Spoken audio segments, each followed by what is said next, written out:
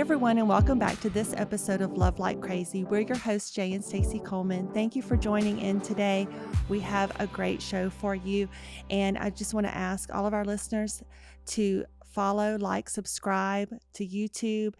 Give us some ratings and reviews. That's what helps get the word out about this podcast. And so today we're going to welcome our new guest, and that's Jonathan Stockstill. And let me just tell you a little bit about him, and then we're going to jump into our conversation. Jonathan Stockstill is the senior pastor of Bethany Church in Baton Rouge, Louisiana. Under his leadership since 2011, the church has expanded with multiple campuses, Bethany College, and a global church planning project that launched 3,400 churches worldwide. He has a musical background, having written over 100 songs, recorded 11 albums, and led worship around the world. And Jonathan also leads All Access, a pastoral network ministry uniting leaders from 130 plus global churches with his wife, Angie. And he's deeply involved in the foster care system and the Bethany Church for mentorship, demonstrating his commitment to Louisiana's people. Jonathan enjoys creating family memories with his wife and 4 children through activities like family dinners, fishing, camping, sailing, and exploration. And so today, Jay and I, we are going to welcome Jonathan Stockstill. Jonathan, great to have you with us today. Thank you for joining us. What's up, guys? Man, I don't know who wrote that bio, but they really like me. I'm like, I need to get a hold of that bio myself. I did think it was quite the impressive information there. Like, this guy's got You the have done a resume. lot. Wow. I'll tell you, I can't wait to meet your guest too. He is Well, fantastic. You know what? That's a tremendous resume, but probably the greatest part of that resume is being a husband and a father. So do me a No favor. doubt. Tell us real quick about Angie, about the kids. What's going on in your family? How are you guys doing? Just kind of take a few minutes. Tell us about them. Sure, thanks. Family's my heart, and I feel like family should be every pastor's, man of God, person who's really Christian man should be our top passion. After our love for the Lord, our love for our family is second priority above everything else. And it's not just in words, but in practice, where our family truly feels that level of intentionality and focus and affection. And that's my pursuit. And I'm married to Angie. We've been married for 18 years, and we truly love each other now more than we ever have. And I'm just so grateful for her. And I say it's easy to be married to Angie Stockstill. I really do think anybody can be married to Angie and have a great marriage. But she's just that amazing. And then we have 4 kids, 14, 12, 8, and 5, going on 17. And so that age range. So our house is wild right now. We have kids in theater, Christian youth theater. My 2 older girls are starring in an upcoming citywide youth theater, and one of them is a lead role in the film Finding Nemo. Okay. And my daughter is Dory. So they're full on into those rehearsals. They're singing, they're playing instruments. Then my son he's into everything. You know, he's just a typical boy. Baseball, basketball, but really more than anything loves playing Nintendo. So we have to really watch that that time limit there. And then my daughter is 5, but she is incredibly advanced socially. So she says things that you just can't even believe she says. So she's in kindergarten, and she's just amazing. So our family life is the most enjoyable part of my life. So, well, Jonathan, correct me if I'm wrong in this. I recently saw some pics on social media. I don't know if you posted them or Angie posted them. I'm assuming it was probably your oldest daughter. Was it homecoming or was it something? I saw her all dressed up. Yeah, she went to her first homecoming. She is in our Christian school, our private Christian school, but our private school only goes through 9th grade. So we don't have a homecoming, and there's a group of homeschoolers within the city that do a homecoming. And so she heard about it. She was invited by some friends, and not by a boy. I'm not down with that just yet. Not ready for she that. was invited by some friends. So she went with a bunch of friends to a homeschool homecoming. And so, yeah, that's that. Well, I'm asking that because when I saw that, I'm like, there's no way she's not old enough for that. Because, we've watched the kids grow up.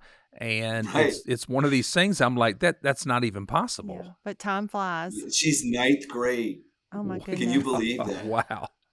That is Yeah. wild. Oh my Well, now gosh. do me a favor as well. Tell us how you and Angie met. Look, we love you, but your wife she's Right. amazing. No, And that's the absolute facts. Like I said, she's amazing to be married to. She's just an amazing person.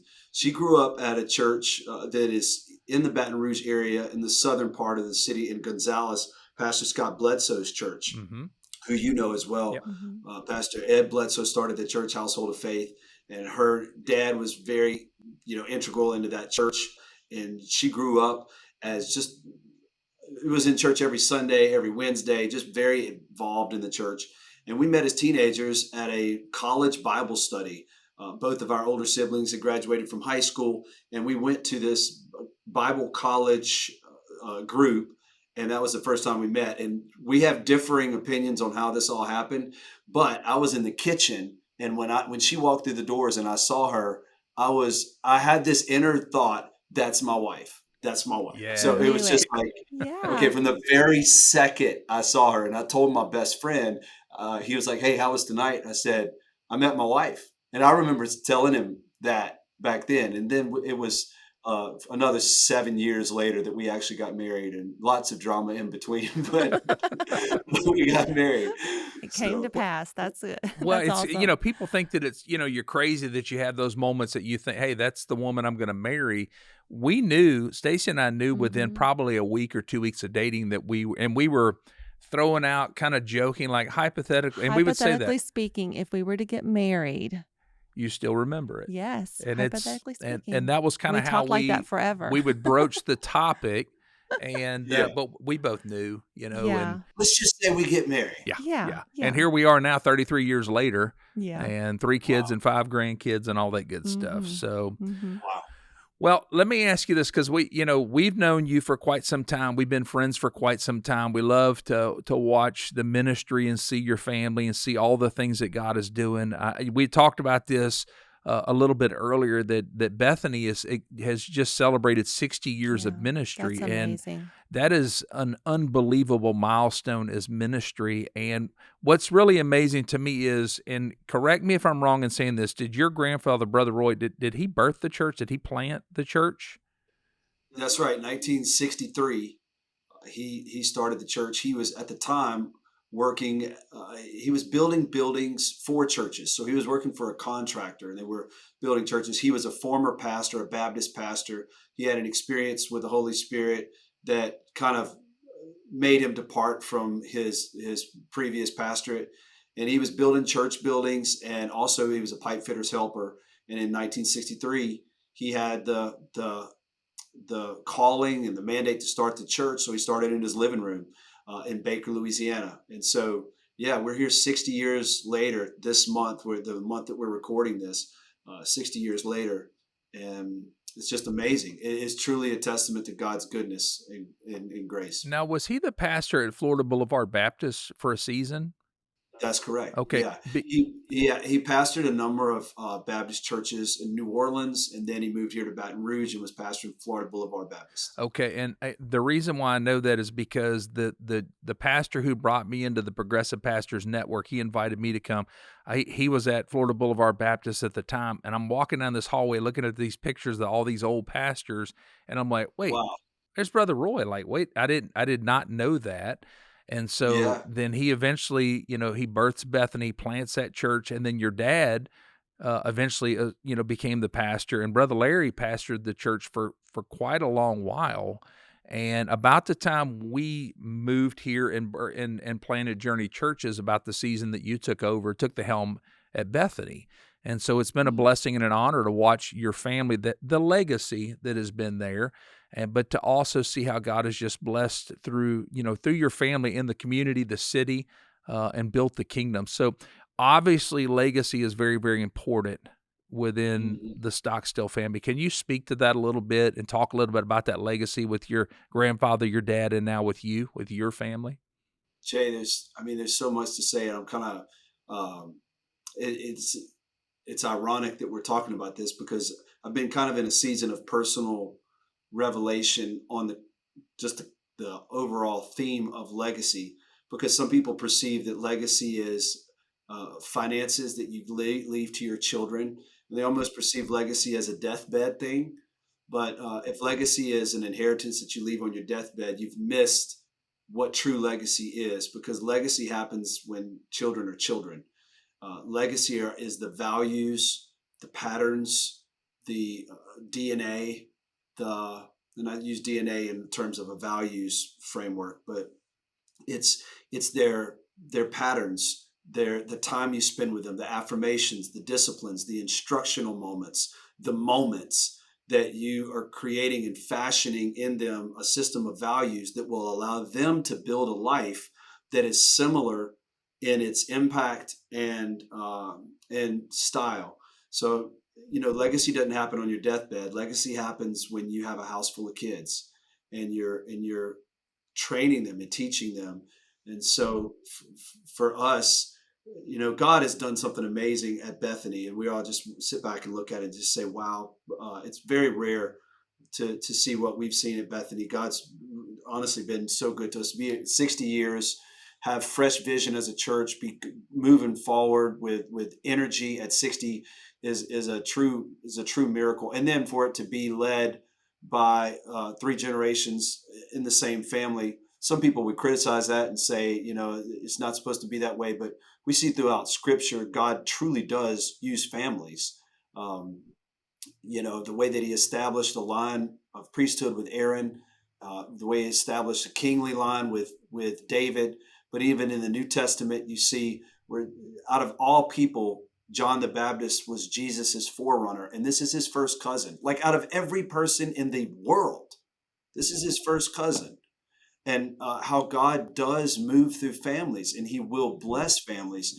And each one of the generations of Stockstills has felt an independent, isolated calling from God to do what we're doing.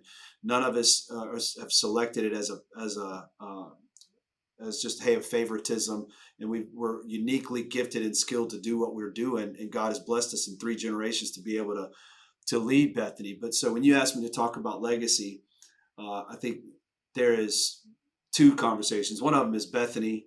The other one is just every person and what we're leaving behind as we're building a legacy for kids and grandkids. I had this ironic thought that there are many billionaires that are pioneers and founders, but if you visit their families in 50 years, 70 years, they're just drug addicts, messed up families. You can't really find the wealth. It's all dissipated.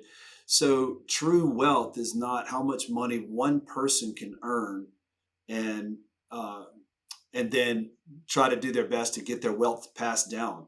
True wealth is when you see generation upon generation upon generation of solid living, families being built, marriages together, kids and grandkids, great grandkids, families around. That's true legacy. And there's only one way to build that. It's not through finances. It's through values that are instilled and input. So, yeah, that's some of my thoughts around it. I Well, totally agree with that. And Stacy, you might That's be able to speak to wonderful. this a little bit about it, because we're, talk about family legacy. Mhm. And I think within the church, when you think of Stockstill, like I said, think about your grandfather, your dad, and you and your family, your siblings. But they always say that there's always a behind every great man, there's an even greater woman. And within the Yeah. family, we talk about legacy. We think of a lot of times the male speaking into his family's life, but behind the scenes, a lot of times there's the wife, and she's the one praying, Absolutely. teaching, training. Yes. So, And the nurturer and a caregiver of the family. Yes. Yeah. Yeah, absolutely. we did an episode earlier talking about how men are physical, women are emotional, and a lot of times as dads, I don't have daughters. Yeah, I know you have daughters and you've got a son, but for me, it was always rough and tough in the household, and there's a lot of testosterone and all this kind of stuff. And Mama was the one who brought in the sensitive, the emotional. Like when the boys were A little bit walking more through something that balance. was, kind of hard on them, she would Yeah. come in and kind of soften that. And I'm like, hey, you're gonna be all right. Rub some dirt on it.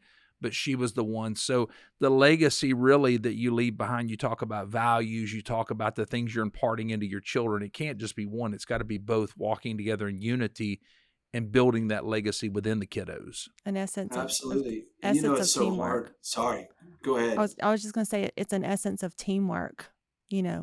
from the mom and the dad. So what does that dynamic look like with you and Angie, working together, raising these kiddos? Well, when you were talking, I thought about how important marriage is. Marrying the right person for legacy is so important. And, if you marry wrong, you spend your entire life trying to make the best of it. And I tell people tell me I married the wrong person. And I said, no, you didn't. You married the right one, because the moment you covenanted to God that you were going to be with them, they became the right person. They are your person. There's a covenant there that's like you chose. Right. But so I use that song. You got the right one, baby. You really do. That's the right one. But that marriage selection, there's a reason why Abraham was so insistent that his son not marry someone from the land he was in, but to go back to his home and find someone from there, because he knew that for legacy to be intact, those values had to be the same and similar. That's right. And man, building a legacy without similar values is really hard, because there's so much friction in the marriage that you can't even truly focus on what you're building together. And Angie and I have been so fortunate that our values are so aligned, like the values for local church, the values for the Lord, the value for biblical morals, everything. We even align on the way we discipline, the way we affirm. So much of us is our alignment of values, and that helps us to have a place of peace.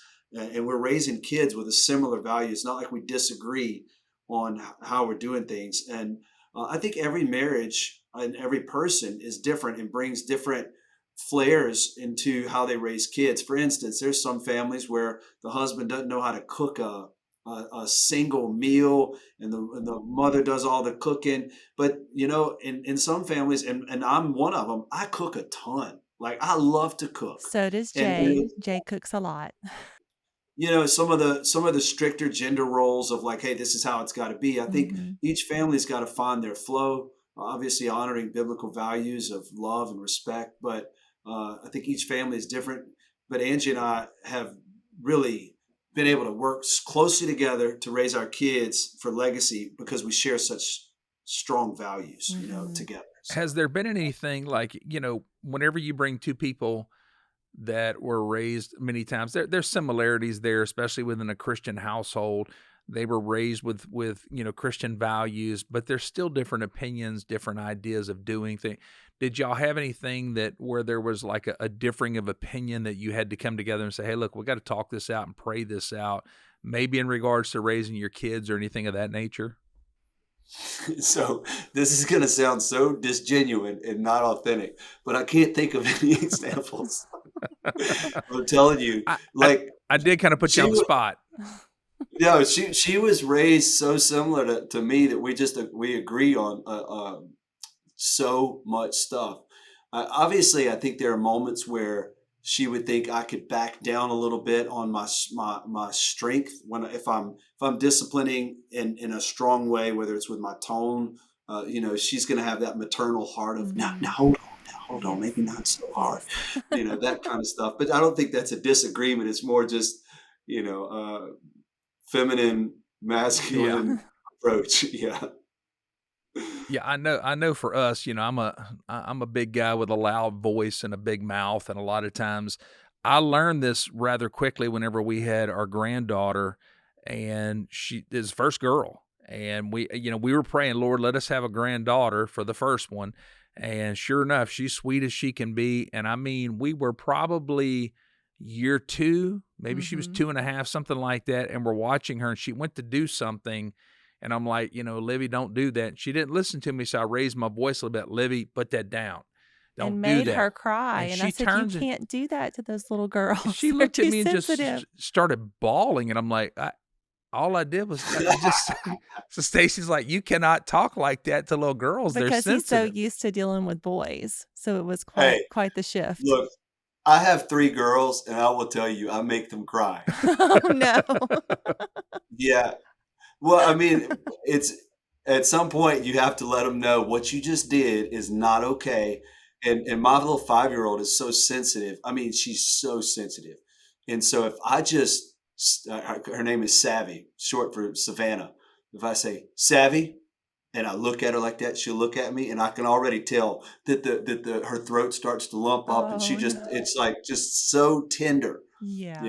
but Bless her yeah, with heart. those little girls, sometimes you got to push through those tears, Yeah.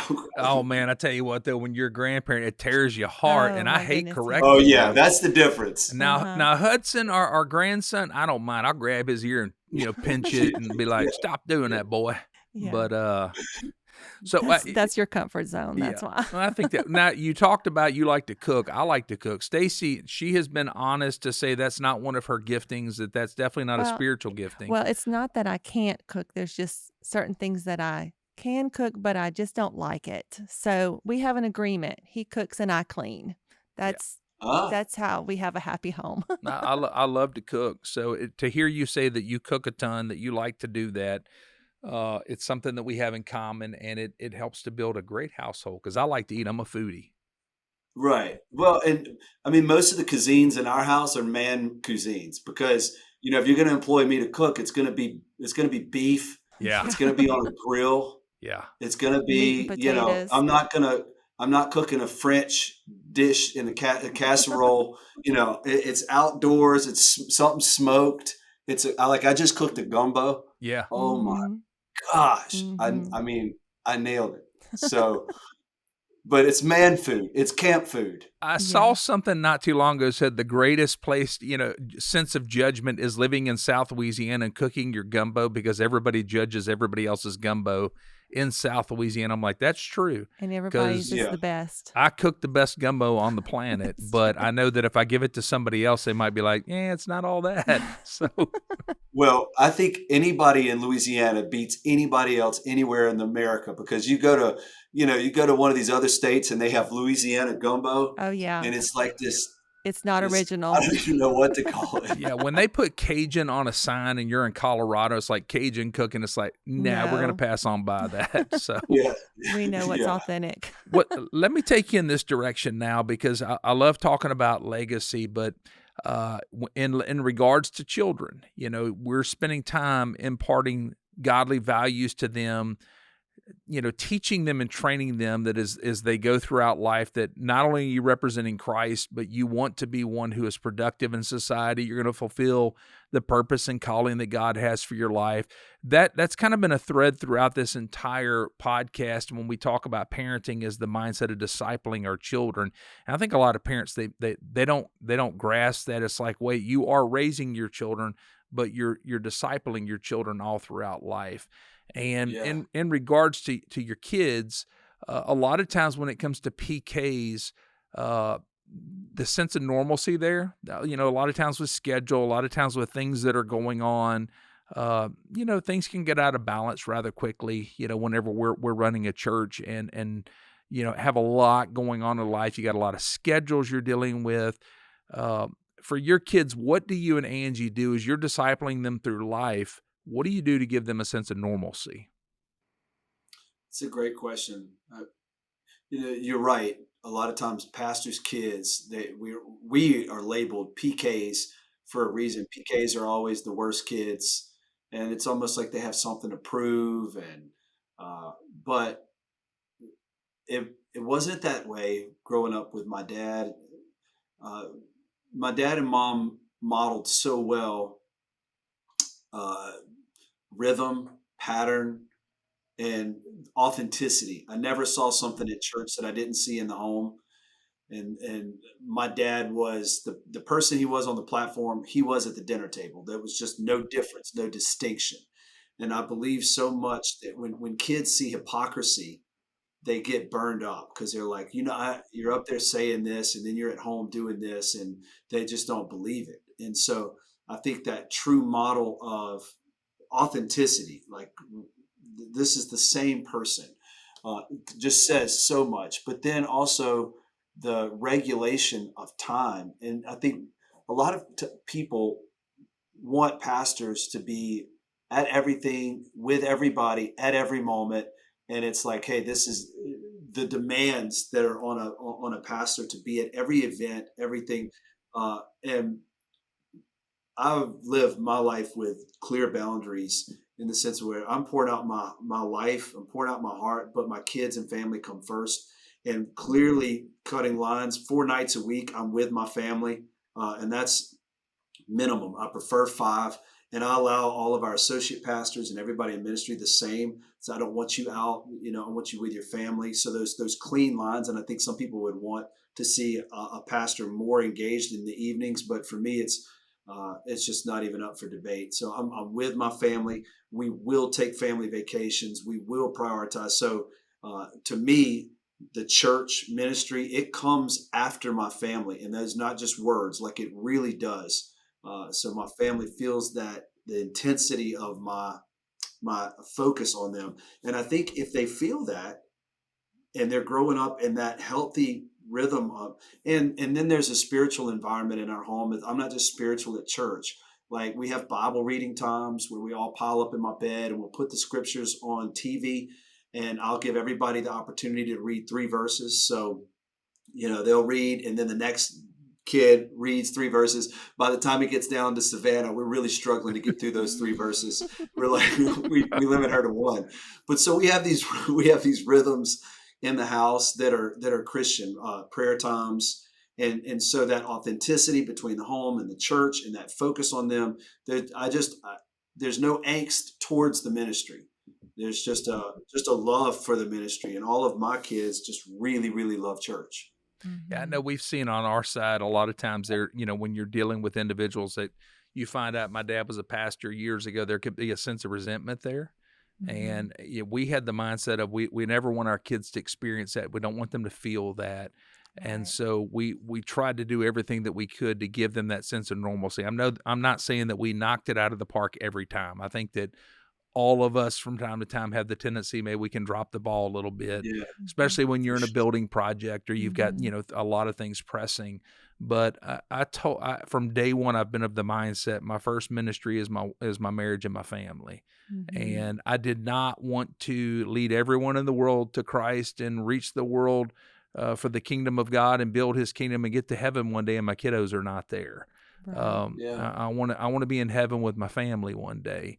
And so, that's why it's so important that Totally. what they see behind the pulpit, they see at home. That's just dad. That's not, Pastor Jonathan or Pastor Jay. That's just dad. And what we see at home is authentic. And a lot of times I think from a pastor's perspective, we really do think that if I just gave it that extra night, if I just went to this extra event, boy, the church would be bigger, it would be better, things would be better. And it's just not true. It's a lie that if you just do that extra mile, that's really going to be the thing that makes the difference. And I've just seen through years and years and years and years and years that it's not. That extra night out, that extra, so just that how important balance is. Yeah.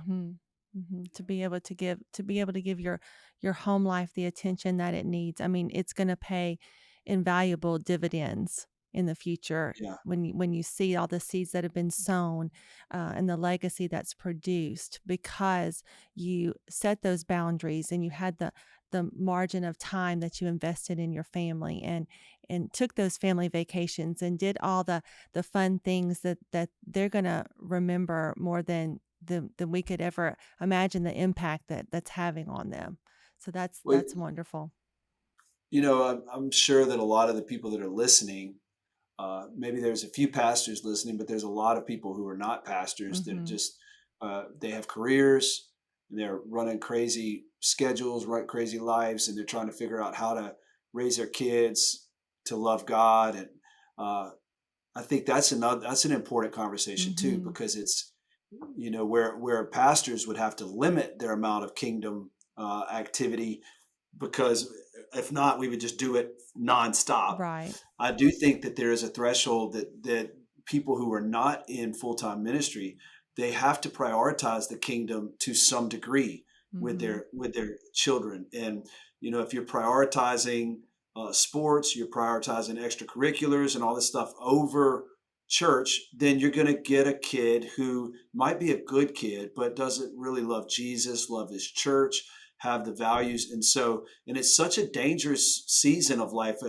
That 5-year-old to 15-year-old wet Mm-hmm. concrete season, it's like their values are being deeply instilled. And if you bringing them to church once every 4 weeks or once every 6 weeks, and you're just out on the ball field and you're just trying to do it all, and you're not instilling in them a sense of hunger for God, a spirituality, a depth of spirituality, then you'll regret it later in life. And I really feel like that it's not out of left field to say, parents, you should have your kids in church every week. I think there should be a night of the week where you're at a prayer meeting or a small group with your kids. And we're just talking about one night a week. We're talking about one day a week, but you should prioritize your Christian faith and the family of God. And you want to leave a legacy of godliness in your family. You have to make that intentionality, you Yes, know? Well, absolutely agree. I know for me personally, I was raised, we were in church every time the doors Mm-hmm. were open. We were too. My parents did not pastor; they just loved the Lord, and what they did was they modeled for me outside of church. They taught me the importance of prayer. They taught me how to pray. They taught me the importance of the Word. They put me in the environment to make my heart hungry for the things of God. Now, I ran from God, did all kinds of worldly things as a teenager, but I'm in church today because my parents raised me in that environment to where my heart was drawn towards the Lord. And that's why, at 18, I surrendered my life to Christ. But I think so many times as parents, and especially the dads, for example, a lot of times we relegate this to the wife. That's woman's work. That's the woman's Yeah. responsibility. But I never wanted to be held responsible to the mindset of, I taught my kid how to throw a football, but I didn't teach him how to pray. Throwing the football is wonderful. Teaching them how to throw a fastball, teaching them how to fish and hunt. Those are all wonderful things, but that won't get them into heaven. So I wanted to teach my kids how to pray. I wanted to teach my kids a hunger for the things of God, to study the Word of God. And as dads, that is our responsibility. Look, there's a lot of great things I can do in this world, but God has given Stacy and I a responsibility. Mm-hmm. He's given you and Angie a responsibility to train and teach our kids the things of things of God, and to make their heart hungry for those things. And so it's such a powerful, you're talking about legacy. It's such a powerful thing. And the fact that You we, guys have done a tremendous job. I've watched how your boys now engaged in ministry, and so I hear this, that when you're in your season of life, you're never done. That, like, you think, oh, I'm going to be done, but you're probably doing more parenting now than you've ever done before. and probably And more since I think, praying. We pray more too, because I mean we have the yeah, grandbabies, and that responsibility as well, sewing into their lives. Yeah, for sure. wow, yeah, because you kind of look at 18 as like, yay, we did Yeah. it, but it's not really that way, is No, it? no, it's Not at not. all. It's not. You're still Look, praying for all their big decisions that they have to make. You're behind the scenes. That's the one thing that cannot be taken away from us as parents. We can always pray for our kids. let, They let me may not let, want our opinion, but we can pray for them. And let me say this to you, Jonathan. It doesn't end, because she's right. We pray. We're praying more for them, for their families, for the grandbabies. Mm-hmm. But when the boys were younger, they're 12 years old, and I would go looking for a crescent wrench in my toolbox, and it's missing, and it's in the backyard. I'm like, man. And so when the boys finally all moved out, I'm like, well, that's the end of that. I got all my stuff organized, got it Right. exactly where it needed to be. But now I go, I'm like, well, where's my chainsaw? And one of them has come now and borrowed it. But instead of finding it in the backyard, I find it in their backyard. So it Yeah. never stops. It never Yeah. does. But Yeah. I do want to ask you guys this as well, because one of the things I love that you and Angie do, it seems like it's a very much a sense of adventureship there at you're with your family. Mm-hmm. Y'all go camping, y'all go sailing, y'all do. It seems to me like you're trying to give your kids experiences when they're young, and I think that is awesome. You've nailed it. You've nailed it. It's adventure is super high on our value list, and in exposing them to experiences that shape their worldview, shape their view of the world. it's been very important to us, and so we sacrifice a lot to make those things happen. So like we saved up and we brought our kids to Africa for a month on missions trips. So we went to Uganda, we went to Kenya, and just different parts. And they did a lot of ministry. But then we had some fun stuff where we went to the source water of the Nile River and did a safari type thing. And so they're getting these experiences that will forever change them. And I kind of look at those moments as like moments for us to really bond and and so because life is going full speed, they're in the theater stuff and all the games and all the whatever, and it's hard to really form deep connections in those moments. But when we go away on adventures, like we just went on a camping trip up to North Arkansas, and there was no cell phone signal, and we were there for 4 days, and it was tent camping. Oh, Oh And my goodness. my wife has never tent camped, like never, not one day, Uh-uh. not one night has she ever tent camped. And wow. so, you know what I did She was a is brave woman. I bought the nicest tent I could buy, and I bought air mattresses, sleeping bags. So what you would normally spend on a hotel for 2 or 3 nights, I just invested in great camping gear. That's And called so glamping. That's called glamping right there. yeah, Stacy, it was glamping, like it was the picture of glamping. We had everything. So actually they enjoyed it so much because at nighttime the weather was 55 degrees and the daytime it was 70. So we're not talking about uncomfortable outside experience. There were no mosquitoes. So this was a really picturesque. We were on top Yeah. of a bluff overlooking the Buffalo River, and my job was to make everybody comfortable. So I wasn't sleeping at night because I was making sure everybody's air mattresses were inflated and they loved it. They had the best time. And so we went canoeing down the river, just forming memories in their mind that they'll Mhm. never forget. They may never go back, but I know that they were like, "Dad, can we please do this again next year?" So they were really into it. Yeah. Uh, Oh, that is so yeah, wonderful. adventure is high for us. Well, and I love what you shared about wrestling with raccoons and all that kind of stuff. So, man, you made memories, and I will say this as a pastor, my my kids have never come back and say, "Hey, I remember that sermon you preached." Da da da da da. But they will Right, come back and talk about the memories that we made as a family, and right. they do talk about the times that we've prayed together as a family and all that. So that you're talking about bonding, that's what it ultimately comes down to is you want to be able to bond with your family and bond with your kiddos. So, Yeah, That's right. and if Have everybody conversations. yeah, and if everybody could just realize that that time that you have with your kids is so short, That's right. to be able to sow those seeds and mold them, for Christ, and in doing those special things, those activities, prioritizing family is so so important because once they are older out of the house, like we're like empty nesting now. I mean, we still have our family nights. Our boys still come to the house, and we do a lot of we spend a lot of time together, but we can't it's not as easy to take a big adventure with all of us, Right. with all of their kids. Yep. It gets harder the bigger your family grows. And so not to pass up those opportunities to, to be able to make those memories. It's so, so important. Well, I know with Evie, we have 3 more summers left. Mhm. And so I'm just full throttle, Yeah. just my extra brain space. It's not engaged in what I'm doing with church. It's all consumed with how am I creating experiences and memories with Mhm. my kids. Yeah. And so, well, yeah, 3 more smart summers. you are a smart man for making the investment in the camping Yes. equipment that you did. I am so impressed with Angie going out and camping with the I am family too. that That's because awesome. I'm telling you, if I'd have approached that topic with Stacia, she'd been like, "Yeah, book me a Mhm. hotel room and I'm there." Mhm. I'll be So at the spa. Well, and she did great. Like I was impressed. She did amazing.